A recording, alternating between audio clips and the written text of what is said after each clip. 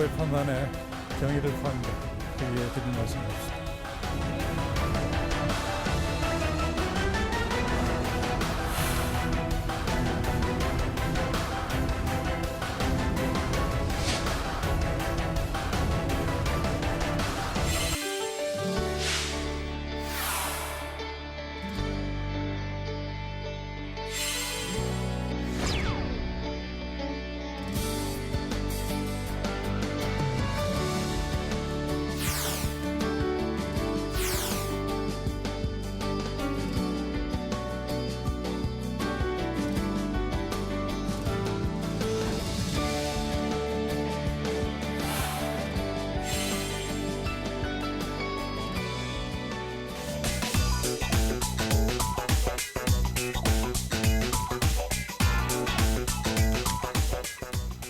최진봉 교수, 백성문 변호사 자리했습니다. 어서 오십시오. 네, 안녕하세요.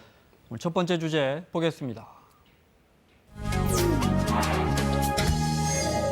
법원이 박병대, 고영한 두 전직 대법관에 대한 영장을 기각했습니다. 이 문제 자세히 살펴보겠습니다.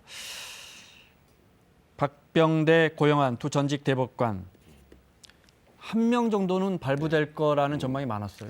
네. 사실 저도 관련해서 전망을 내놓을 때 2명 다 영장이 발부될 가능성도 있고 그래도 최소한 그 박병대 대법관 정도는 영장이 발부될 가능성이 많다라고 저도 예측을 했습니다. 왜냐하면 범죄 혐의 자체가 개인적 일탈을 넘어서서 이제 국민들에 대한 사법부 불신, 그다음에 사법부 내에서 재판을 거래한다. 사실 이거는 법조인 입장에서 보기에도 사실 도저히 받아들일 수 없는 내용들이었는데 일단 영장이 기각된 내용을 보면 네. 제일 이제 주요 내용으로 나오는 건 공모관계가 인정이 어렵다라는 거예요. 네. 그 의미는 임종원 전 차장이 구속이 됐죠. 그럼 그 위 고리가 박병대, 고영한 대법관, 그리고 그 위가 양승태 지금이 전 고영한 대법관이요. 화면이 고영한 네, 맞습니다. 대법관이죠. 네. 네, 그런데 지금 여기에서 공모관계가 인정이 안 되면 어떻게 될까요? 그 윗선은 더 연결이 될까요? 그러니까 지금 사실 이 영장 기각은 더 나아가서는 임종원 차장 쪽에서 이제 사실상 수사가 종결될 수밖에 없는 구도로 만들려는 게 아니냐, 이제 그런 얘기들이 좀 나오고 있는 상황입니다. 네, 정리해 보겠습니다. 그러니까 저분들은 대법관을 했던 분들이고요. 그렇죠. 그 밑에 법원 행정처장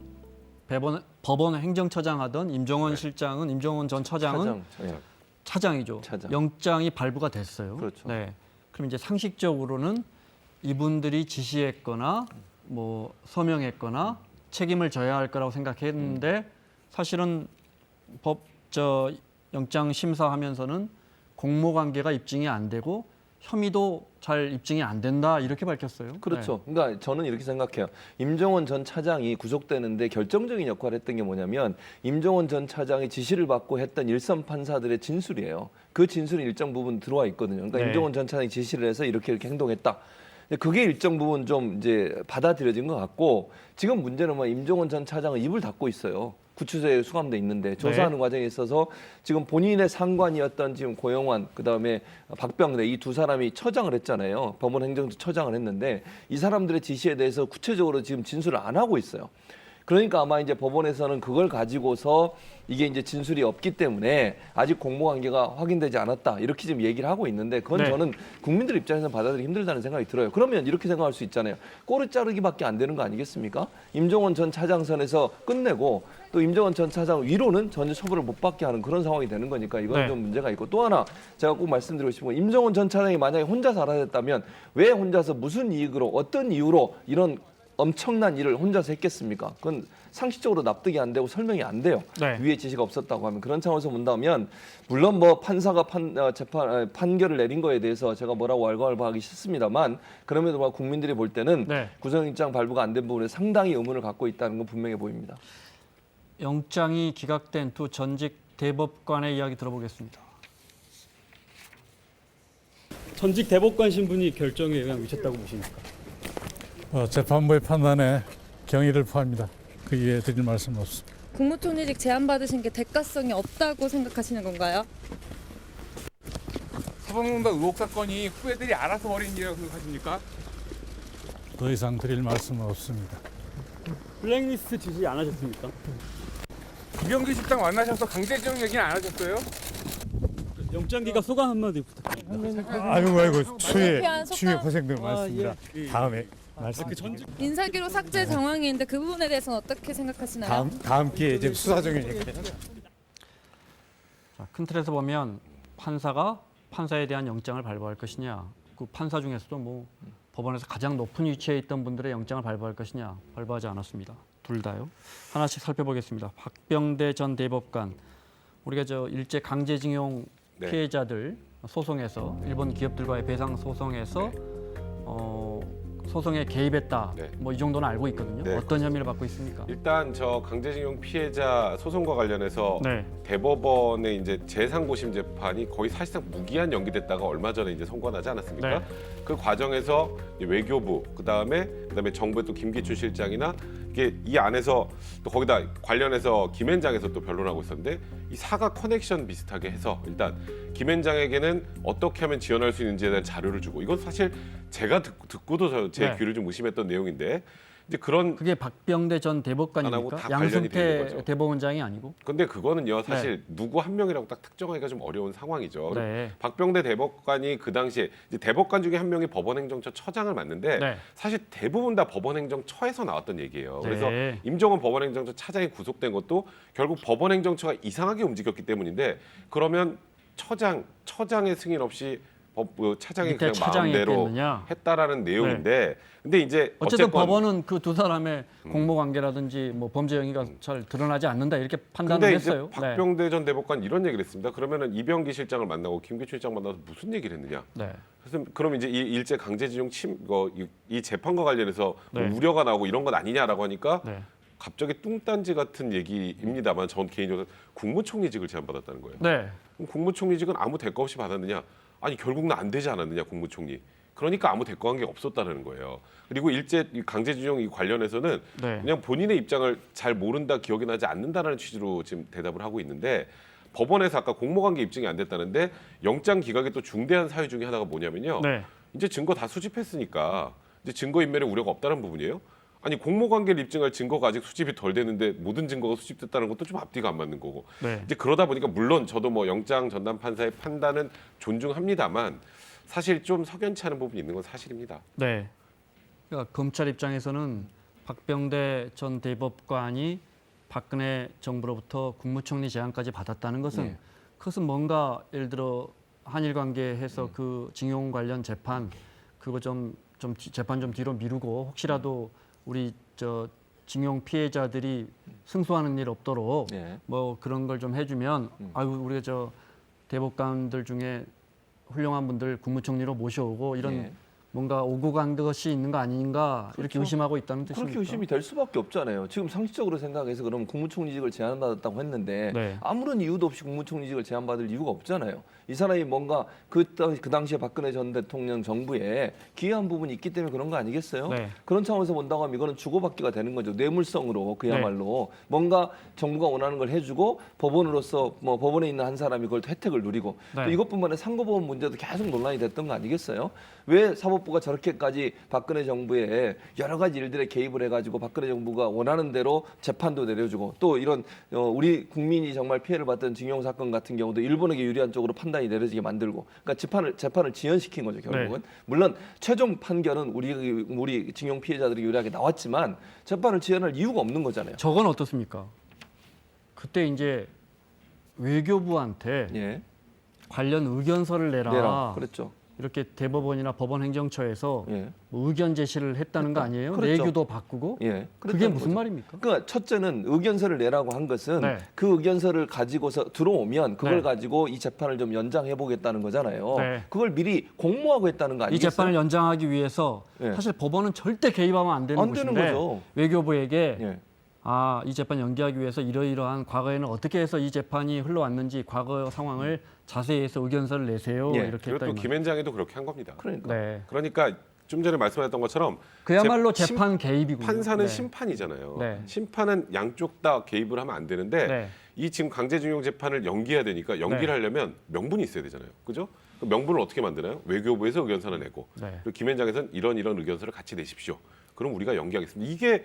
이건 재판 개입의 정도가 아니에요. 그러니까 뭐 이 비유가 맞는지 모르겠습니다. 프로야구 심판이 이쪽 팀 유리하기 네. 위해서 자 7회부터는 누구 투수를 좀 내시고요. 그렇죠. 뭐 이렇게 개입했다는 의혹인 그러니까 거죠. 완벽하게 이거는 말 그대로 재판을 우리가 방향을 설정해 놓고 네. 이 방향을 설정하려면 이 소위 말하는 전범기업을 대리하는 김앤장으로부터도 의견서를 받아야 되는데 네. 이런 의견서가 와야 우리가 미룰 수 있습니다. 네. 외교부는 이런 의견서를 내야 우리가 외교관고려에서 미룰 수 있습니다. 실제 의견서 냈고요. 그렇죠. 네. 그러니까 판사가 직접 쓸 수는 없잖아요. 그 의견서를. 그러니까 외부적으로 이 의견서를 내야 우리가 해줄 수 있다는 거야. 아까 말 그대로 우리 판단은 이렇게 가니까 네. 이런 의견서를 미리 만들어서 좀 내주세요라고 한 거니 이거는 네. 재판 개입을 넘어서서 그냥 재판 조작이죠. 누가 봐도 네.